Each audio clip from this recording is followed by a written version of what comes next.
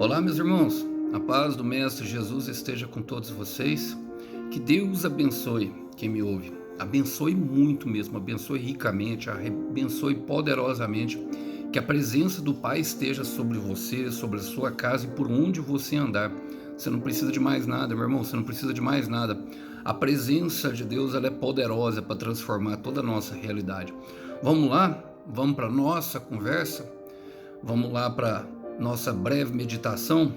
E o texto hoje, para nossa breve reflexão, encontra-se em Atos 17, a partir do verso 27. Que o Senhor Deus Todo-Poderoso possa vir falar conosco, por intermédio da sua santa palavra. Vamos lá, vamos para a leitura, diz assim: seu propósito era que as nações buscassem a Deus e, tateando, talvez viessem encontrá-lo, embora ele não esteja longe de nenhum de nós, pois nele vivemos, nos movemos e existimos. Como os disseram alguns de seus próprios poetas, somos descendência dele. E por ser isso verdade, não devemos imaginar Deus como um ídolo de ouro, prata ou pedra, projetado por artesãos. Glória a Deus, somente até aqui, para aquilo que o Senhor quer nos falar. Irmãos, o livro dos apóstolos é uma ponte entre o Senhor Jesus Cristo, que era o Deus encarnado e a manifestação do Deus na terra, e entender isso traz uma amplitude naquilo que o Senhor quer falar conosco, para nós hoje. Era uma ponte. Jesus desceu, preparou alguns discípulos, fez milagres, incontáveis milagres, tanto que João fala que se fossem escritos todos os milagres, e jamais caberiam os livros na biblioteca de uma terra, isso durante 3 anos no seu ministério terreno. O maior fato na existência humana não foi o homem pisar na lua, mas sim Jesus de Nazaré pisar na terra. Ele é o Deus Todo-Poderoso, ele é o Deus forte, Deus eterno, príncipe da paz, maravilhoso, conselheiro. E essas são as características que Isaías dá. O principado estava sobre os seus ombros. E entender isso traz para nós, por quê? Qual é a ponte? Depois que ele liberou os apóstolos, os mensageiros começaram a divulgar a palavra e fazer discípulos, ide por todo mundo e pregai a palavra. Esse evangelho que nos salva, esse evangelho que é poderoso para transformar a nossa casa, esse evangelho que é poderoso para transformar a nossa comunidade, esse evangelho que é poderoso para transformar nações. E aqui era Paulo, o último alcançado. Ele estava pregando justamente aos epicureus e os estoicos. Era justamente em Atenas, a capital da Grécia Antiga, o centro talvez de inteligência e pensamento sobre o sentido da vida. Vemos vários pensadores ao longo de toda a história com as suas contribuições, como por exemplo Sócrates e Platão, que nasceram nesse berço, entre outros que pensavam, por exemplo, como só sei que nada sei, penso, logo existo, e tantos outros pensamentos, o homem como lobo do homem, o homem como produto do seu meio. Eu gosto muito dos pensamentos, apesar de não concordar com alguns, porque o nosso pensamento ele deve estar justamente nas coisas do alto, como o próprio Paulo fala em Colossenses capítulo 3, versículo 2. E pensando nisso, vamos nos aprofundar mais nisso. Olha, eu quero falar, os epicureus eram homens que não acreditavam numa vida pós-morte, nem num Deus uno. E eles chamam Paulo até de tagarela. Eles acreditavam que o homem vinha e desfrutava de alguns prazeres não propriamente ditos sensuais, como alguns acreditavam, e depois morria, passou, fechou a conta e ia embora. E os estoicos, eles já eram pensadores um pouco mais longe, tentavam alcançar a transformação da mente, da mentalidade e até mesmo dos próprios comportamentos, classificando os comportamentos deles justamente como duas formas, os vícios e as virtudes, que Paulo explica muito bem as virtudes ali em Gálatas 5:22 como frutos do Espírito e frutos da carne. Era mais ou menos parecido com aquilo, e a pessoa poderia atingir a grandeza de espírito e a grandeza de estar justamente procurando essa transformação. Falando isso, vamos lá, vamos para a nossa conversa e vamos para esses versículos, esses 3 versículos a qual o Senhor trouxe para nós hoje. No meio da conversa ele fala, seu propósito era que as nações o buscassem a Deus e tateando talvez viessem a encontrá-lo. Tem muitos de nós que temos buscado, não é verdade, irmãos? Alguns buscam restauração pessoal, outros restauração de casamento, e em virtude disso encontram com um Deus que nos levou para o deserto, com uma única finalidade, um único propósito, que era o propósito original, irmão. Era o propósito primário. O propósito primário sempre foi a busca do reino de Deus. Eu quero repetir, o propósito primário sempre foi a busca de Deus. Isso se perdeu no Éden quando o pecado entrou. E, logicamente, os homens a partir dali começaram a agir de maneira mais egoísta e longe do propósito de Deus. Mas Deus tinha um propósito original ao nos criar. O propósito primeiro sempre foi que o reino de Deus fosse alcançado.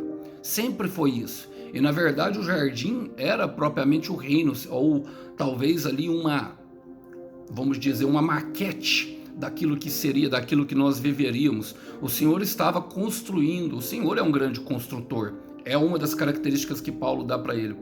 Então, muitas vezes, nós já temos isso dentro do nosso coração, muitas vezes nós já sentimos esse buraco, esse vazio, justamente como que eu vou falar, irmão? Essa pressão, parece que já está dentro de nós. A Eclesiastes 3:11 fala que, justamente, fala o seguinte, fala que Deus colocou no coração do homem um anseio pela eternidade, e esse anseio leva-nos justamente a encontrar Deus, buscando, tateando, e tateando fala de buscar no escuro, como se nós estivéssemos apalpando, buscando algo como que nós nem soubéssemos o que seria exatamente, irmãos. E isso sempre esteve no coração do homem, esse anseio pela eternidade, esse anseio para viver coisas eternas. Tanto que todos os nossos relacionamentos, quando se partem, a gente sente muita tristeza, a gente fica muito chateado com tudo. Por quê? Porque nós pensamos que tudo vai durar eternamente. E Deus nos fez seres eternos, Deus nos fez seres que com esse sentimento de eternidade no coração. Esse sentimento vem do próprio Deus. Mateus 6,33 fala: buscai primeiro o reino de Deus e as demais coisas vos serão acrescentadas. E buscai o reino de Deus e a sua justiça, irmãos, e é justamente isso que nós estamos falando aqui. É justamente dessas coisas que nós estamos buscando diligentemente. E toda vez, irmãos, que nós deixamos o Senhor Jesus de lado, se Cristo for removido do centro do nosso coração, nem o universo inteiro poderá preencher o buraco que fica, o vazio encontrado. E esse buraco é do tamanho de Jesus Cristo. E olha o que ele fala, o que Paulo fala. Paulo fala da seguinte forma, fala assim: embora ele não esteja longe de nenhum de nós. Por quê, irmão? O reino de Deus é interno. O reino de Deus, ele é formado internamente para se aparentar externamente. Por isso o Senhor Jesus falava que era necessário primeiro limpar o interior do copo, que não adiantava nada limpar o exterior do copo aparentando, vivendo por aparência. E compreender isso, nós chegamos a uma simples conclusão, irmão. Qual? Somente internamente para entender o eternamente. Somente internamente para entender o eternamente. E eu gosto muito de um versículo porque alguns dos profetas do Antigo Testamento tiveram essa visão do alto, conseguiram compreender que tudo já estava depositado. Todo o poder, tudo aquilo que nós precisávamos, nós descobriríamos dentro de nós, a fim de nos locomovermos aqui nessa estrada chamada vida. E a grande questão é que nós estamos aqui, mas nós estamos indo para lá, então nós devemos manter os nossos pensamentos nas coisas do alto, como Paulo diz. E olha o que Isaías fala, em Isaías 40, versículo 26, ele foi um dos que teve esse vislumbre do céu. Ele fala: olhem para o céu, Olhem para o céu, irmãos. Quando Deus deu a promessa para Abraão, a primeira promessa que ele deu falou: olhe para o céu e conte as estrelas, se é que pode contar. Por quê? Deus queria manter Abraão olhando, pensando nas promessas, pensando no que é do céu. Isaías fala a mesma coisa, replica o mesmo. Olhem para o céu, vejam todas as estrelas. Quem as criou? É ele quem comanda o movimento das estrelas e do seu exército celestial. Ele conhece cada uma delas pelo nome. A sua força e o seu poder são tão grandes que nenhuma delas deixa de comparecer. Por que então, ó Jacó, você reclama, e por que você se queixa, ó Israel, dizendo: o Senhor não sabe do meu sofrimento e não atende às minhas justas reclamações? Será que você não sabe? Ainda não ouviu falar que o Deus eterno, Criador de todo mundo, nunca se cansa e nem perde as forças? Ninguém é capaz de imaginar a grandeza da sua sabedoria. E aqui Isaías começa daquilo que eu entendo como a montagem do sentido da vida. Todos nós buscamos, irmãos, todos nós buscamos esse sentido, todos nós queremos entender o porquê fomos criados pelo Senhor, qual é o motivo, qual o propósito, por que estamos aqui. E entender isso, irmão, faz parte de entender o processo, de entender o deserto, entender os vales, entender e conhecer a Deus. Olha, Paulo continua falando, Paulo entendeu, Paulo fala: pois nele, é como se nós estivéssemos andando num caminho nele, dentro desse caminho nele vivemos, nos movemos e existimos. Eu amo esse versículo, ele está parafraseando justamente um dos poetas, um dos pensadores de lá. Pois nele vivemos, nos movemos e existimos. Paulo andou pela cidade, viram que eles eram muito religiosos, muito pensadores e procuravam um sentido. Ele percebeu ali, ele teve a perspicácia de entender a realidade daqueles homens e saber que eles também tinham justamente uma busca interior. E nessa busca interior eles acabaram ali levantando um altar ao Deus desconhecido. E era dele que ele estava falando. Então, irmão, o que eu penso justamente sobre isso é que todo poder, todo poder começa justamente da vida que ele nos deu. Todo poder de vida que precisamos vem dele para movimentar o propósito de existência. Nós estamos aqui justamente para deixar um legado, uma existência que faça sentido. E não somente sobreviver a dias maus. Não. Tem gente que vive esperando. E tem gente que espera vivendo, irmão. E faz total diferença isso. Total. Quem espera vivendo, vive em paz. Conhece o Deus. Sabe que ele não se cansa. Lá no versículo da frente fala assim: os que esperam no Senhor voam alto como águias. No versículo 31, voam tão alto como as águias, correm e não se cansam, andam e não se fadigam. Por quê? Porque renovam as suas forças.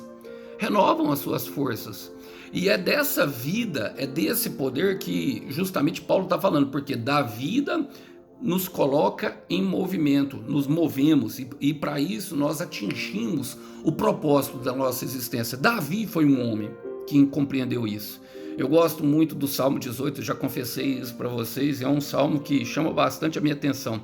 Eu sempre medito nele e eu separei alguns versículos justamente para compartilhar com vocês aqui. Eu quero ler primeiro o Salmo 18, versículo 1. Diz assim: o Senhor, como eu amo, minha fonte de poder. Quero ler com vocês agora o versículo 18. Fala assim: meus inimigos me atacaram de surpresa no dia que eu estava mais fraco e triste. Mas o Senhor foi o meu apoio e ele me sustentou. Olha só o que diz o versículo 30. O caminho de Deus é perfeito, as promessas do Senhor sempre se cumprem. O Senhor é como um escudo e ele protege a todos que nele se escondem. Versículo 32. Ele me dá força e prepara o caminho por onde eu devo andar. Em algumas versões fala: torna o caminho perfeito. Ele me preparou para a guerra e me deu força suficiente para vergar um arco de bronze. É o que diz versículo 24. Então todos esses versículos a qual eu li para vocês dá a ideia de que a vida realmente é uma guerra, irmãos. A vida realmente é uma guerra, mas isso não quer dizer que nós não podemos ter prazer nela, que nós não venhamos dentro deste movimento encontrar um sentido de existência que dê o prazer, que nós possamos desfrutar. Logicamente, a guerra aqui é justamente para cumprir o propósito, para Satanás de um lado, não querendo que nós nos cumprimos esse propósito, que nós caminhemos, meus irmãos, tateando no escuro, sem sentido nenhum, para que ele possa direcionar os nossos passos ou encontrar aquele que se diz a luz do mundo. João 9, versículo 5, Jesus diz aos seus discípulos: eu sou a luz do mundo, luz que me guia. Então eu estou pregando aqui para pessoas que tomaram uma decisão. E como o Senhor achou linda essa decisão, meu irmão, como o Senhor achou linda, minha irmã, essa decisão, você decidiu veementemente viver esse propósito. Há poucos dias, eu sei, e ali se acendeu uma lâmpada, você começou a arrumar a sua casa, como a mulher da dracma perdida, acendeu a lâmpada, ligou a candeia, começou a arrumar, começou a organizar, limpar a casa, organizar, para achar aquilo que se perdeu, a dracma, aquilo de muito valor. O Senhor manda te dizer, em pouco tempo, saiba que isso também é a guerra a qual Ele te submeteu. Então fique firme, porque naquele movimento você encontrará com o teu propósito, você encontrará com o propósito da sua existência, e isso trará muita felicidade para o seu coração. Isso curará as suas feridas. Propósito para curar a ferida. Isso cura as nossas feridas e cura, sabe? E nós nos enchemos de amor. Olha, Paulo continua falando, somos descendência dele, ou seja, ele é a origem de tudo. E, aliás, vou voltar ali anteriormente, fala assim, ó, como disseram alguns de seus próprios poetas, somos descendência deles. E justamente aqui que eu quero entrar, porque foram alguns deles que disseram, alguns dos estoicos, alguns dos epicureus, alguns dos pensadores, irmãos. E o que acontece? Eles reconheciam, mas não enxergavam.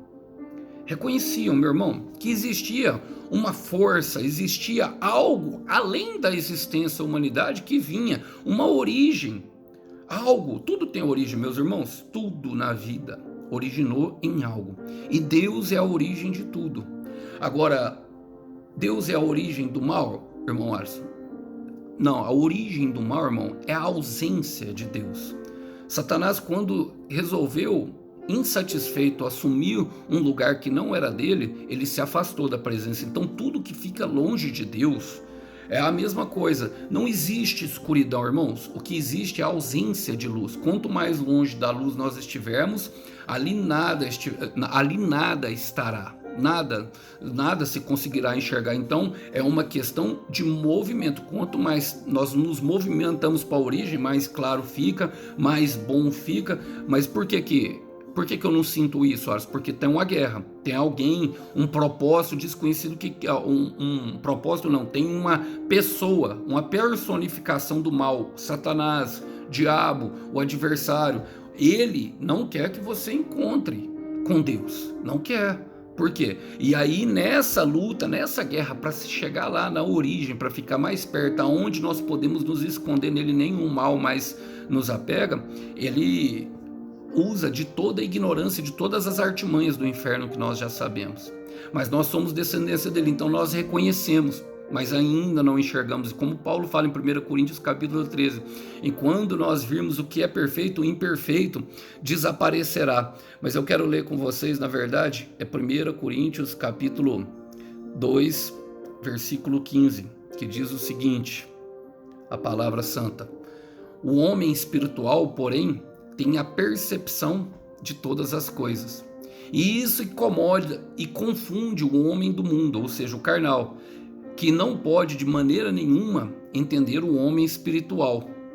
Entende o que acontece, irmão? Então muitas vezes nós perdemos tempo tentando explicar para nós quem não é capaz de conseguir entender o nosso coração. Mas tem pessoas que conseguem, meu irmão, entender o seu coração. Minha irmã, tem pessoas que conseguem entender o seu coração. Que esse senso de eternidade de Eclesiastes 3:11 já foi desperto dentro deles. É como se fosse um Matrix. Consegue compreender o que Deus está falando? E vamos para o final. Por quê? Por que isso tudo acontece? Paulo fala, irmão, e por ser isso verdade, não devemos imaginar Deus como um ídolo de ouro, prata ou pedra, projetados por artesãos. Logicamente, Paulo estava falando sobre a realidade ateniense. Ele andou lá e viu os altares de pedras. Inclusive, durante um momento lá, alguns dos comerciantes que ganhavam muito dinheiro com isso expulsam ele da cidade a paulada e a pedrada, irmão, literalmente, sangrando, porque estava mexendo justamente no bolso, a pregação dele estava mexendo justamente no bolso daqueles homens. Agora, precisamos entender por quê? Porque Deus, como um ídolo, se Deus é a origem, então o que significa justamente esses ídolos do nosso coração, meu irmão? Significa que nós tentamos transformar Deus numa maneira de pensar, e os ídolos de ouro, de prata e de bronze são apenas o reflexo do nosso interior. E entender isso traz a seguinte percepção para nós, que os nossos pensamentos e as nossas ações jamais podem definir Deus. Quem é que fala, quem é o cantor de Ninguém Explica Deus? É o Clóvis Pinho, não é? É o Clóvis Pinho, ninguém explica Deus. Ninguém explica Deus, irmãos. Nossos pensamentos e ações não definem Deus. E olha como Paulo termina falando essa parte. Ele fala assim: projetados por artesãos. O que é o artesão, irmão?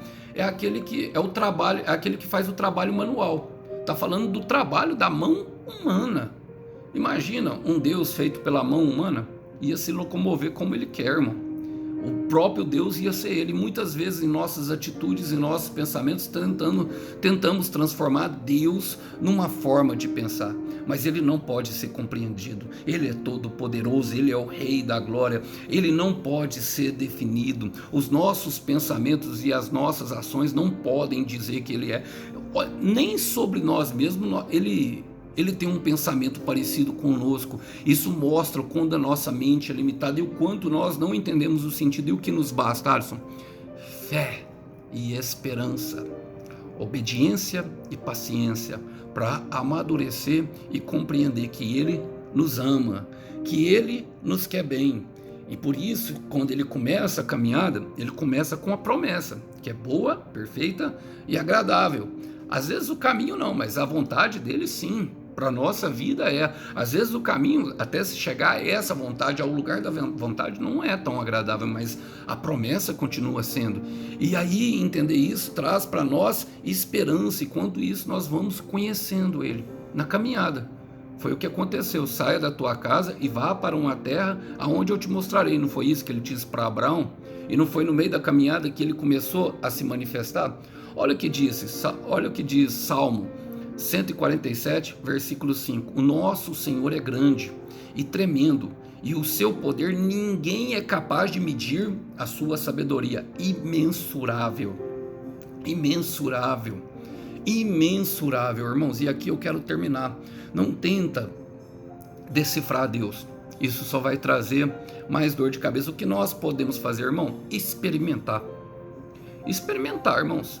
Experimentar a bondade dele, experimentar o amor, experimentar a sua graça, o seu favor, enquanto nós vamos caminhando. Descobre graça quem experimenta. Eu quero repetir isso para que entre no teu coração. Descobre graça quem experimenta. E olha, eu vou terminar com Jeremias 10, versículo 6, que diz: não há absolutamente nenhum Deus igual ao Senhor. O Senhor é grande, e grande é o poder do seu nome, Jesus, o nome que está acima de todo nome. E é esse nome que vem pessoalmente pegando na nossa mão e segurando, levando até o caminho da promessa, aqui para que nós possamos conhecer Ele e saber que a nossa vida não acaba aqui, nunca acabou, não vai acabar nunca, e poderemos desfrutar isso pela eternidade. E quando tudo acabar, Ele mesmo virá e enxugará todas as nossas lágrimas. Que Deus abençoe você, meu irmão. Que Deus abençoe você, minha irmã. Que vocês possam ficar com essa breve palavra para breve reflexão. A paz do Mestre seja com todos vocês. Tchau, tchau.